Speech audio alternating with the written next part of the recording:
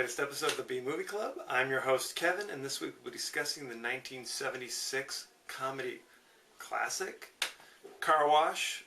It is basically an ensemble cast with a lot of people that you might recognize or might not. George Carlin is in this ever so briefly, and Richard Pryor is also in this ever so briefly. For those of you guys joining us for the first time, the B Movie Club, it's like a book club. Each week I'll pick a movie, then you can send in your questions, comments, favorite scenes, or favorite quotes, and I'll discuss them on the show. Feel free to go to our site on Facebook, Original B Movie Club, and click the like button so you get all of our updates and snappy things I like to say, you know what I'm saying?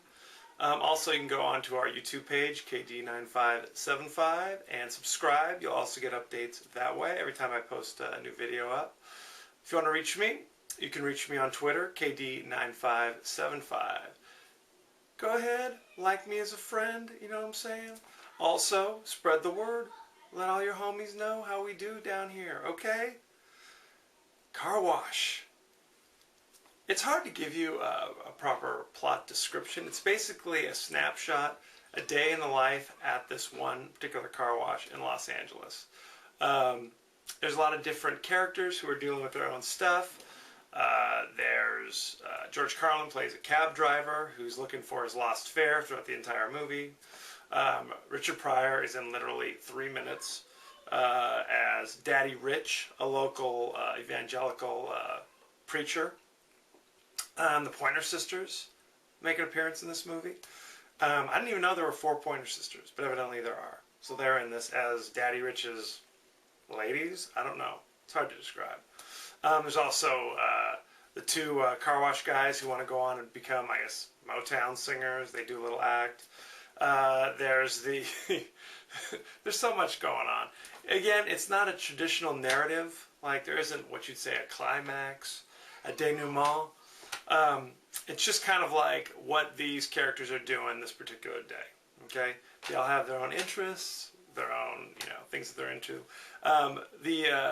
Throughout the show, there's that hip 70s soundtrack, which I'm sure you all know. Car Wash, the famous song, was actually commissioned for this movie specifically.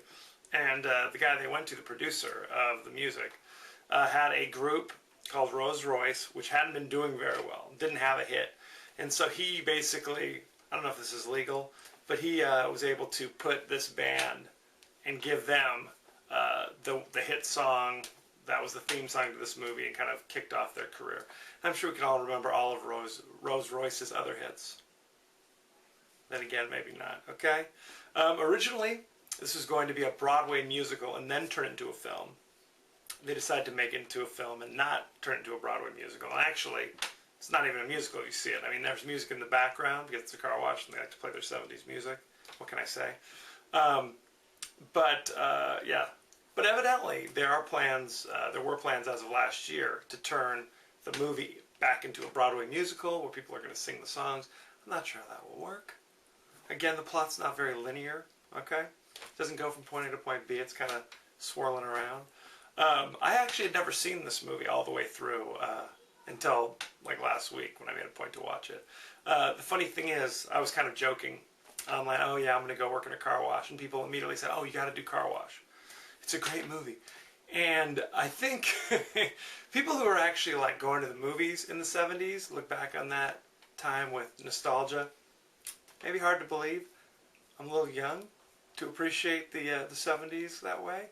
What can I tell you? I'm not a huge fan of this movie, having seen it. Like I said, the plot kind of goes all in a million different directions.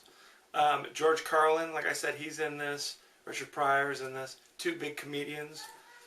Combined, they're in about 10 minutes of the movie, and neither one of them do anything extraordinarily funny. Richard Pryor at one point, I guess, felt that the movie misled theatergoers because it's like his face all over the poster. Again, he's in 5 minutes of the movie.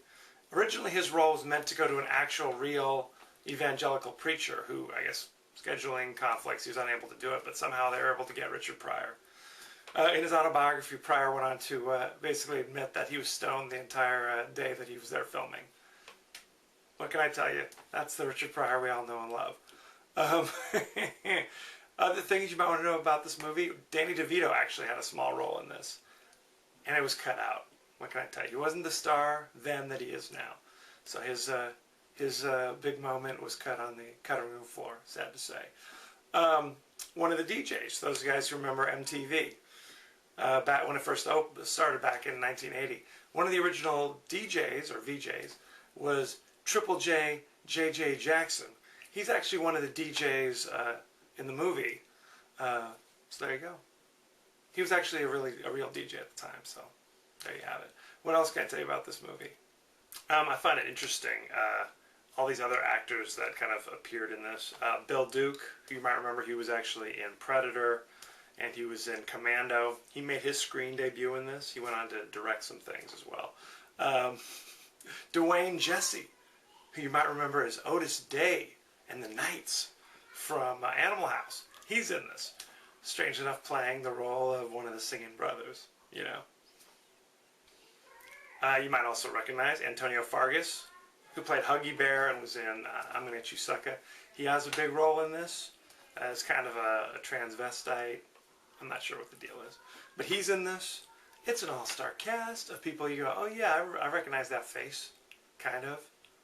Also, the movie was filmed chronologically, evidently. I don't know if that was a good idea or a bad idea, but normally they mix up the shooting schedule to accommodate whatever it is they're trying to do. But in this, they filmed it literally one scene right after another.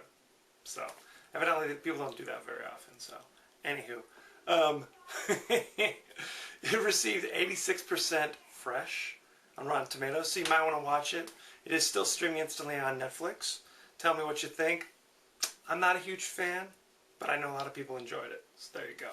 Next week, I'm going back to the action genre. Enter the Dragon, starring Bruce Lee in his final role. There you go. So check that out. That is streaming instantly on Netflix as well. Again, don't forget to subscribe on YouTube. Don't forget to like us on Facebook and follow me on Twitter. Don't forget to tell a friend. As you know, I end every episode with a totally out of context quote. And here it is. The best place for your money is right here in my pocket.